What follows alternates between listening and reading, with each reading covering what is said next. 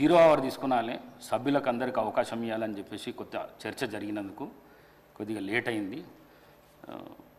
మరొకసారి మీతో తెలియజేస్తూ ఎన్ఎం శ్రీనివాసరెడ్డి గారు.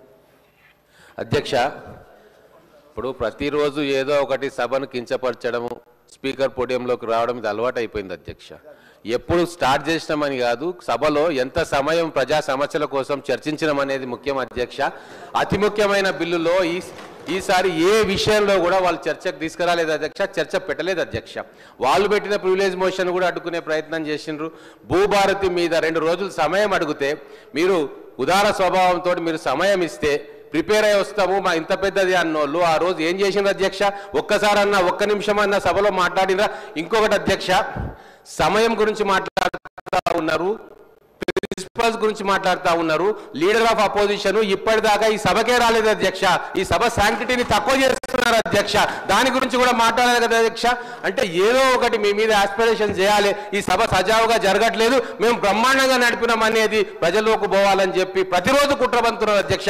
నిన్న అక్బరుద్దీన్ ఓవైసీ గారు ఎంత దారుణమైన మాట అధ్యక్ష, మొత్తం సభ కింద ఫ్లోర్ ను కచరా చేసింది అన్నారు అధ్యక్ష. అంతకంటే అవమానం ఇంకోటి ఉంటుంది అధ్యక్ష. ఒక రాజకీయ పార్టీకి కచరా అని చెప్పి అన్నాక అంతకంటే అవమానం ఉంటుంది అధ్యక్ష. దాని గురించి మాట్లాడరు అధ్యక్ష. గౌరవ సభ్యులు రమణారావు గారు, సిఎస్ రమణారావు గారు. అధ్యక్ష 2018-19 సంవత్సరంలో మరి అప్పటి ప్రభుత్వం రైతు బంధు పథకాన్ని ప్రవేశపెట్టడం జరిగింది.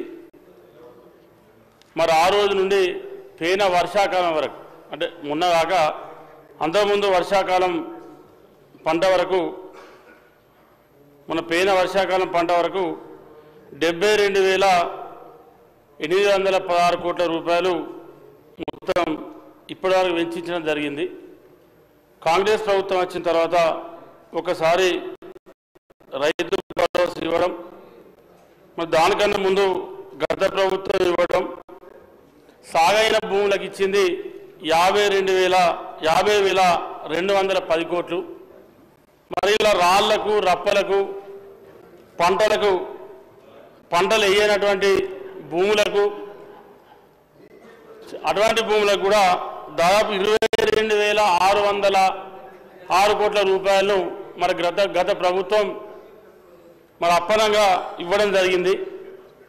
మరి పంటలు వేసినటువంటి రైతులకు కాకుండా, పంటలు వేయకుండా సాగు చేయకుండా, సాగులో ఆ భూములు లేకున్నా కూడా మరి ఆనాడు ఆ ప్రభుత్వం గుట్టలకు, వాగులకు, వంకలకు, మరి చెర్లలో ఉండేటువంటి పట్టా భూములకు, నేషనల్ హైవేస్కు, మరి హైదరాబాద్ నగరం చుట్టూ ఏదైతే కొత్తగా ధరణి వచ్చిన తర్వాత కొత్తగా పాస్బుక్లు, పట్టా బుక్కులు సంపాదించుకొని మరి రియల్ ఎస్టేట్ వ్యాపారం చేసుకునే వాళ్ళు కూడా ఈ రైతు బంధు డబ్బులను తీసుకోవడం జరిగింది. మరి ఇంత పెద్ద ఎత్తున దుర్వినియోగం జరిగి దాదాపు 22,600 కోట్ల రూపాయలను మరి గత ప్రభుత్వం ఆనాడు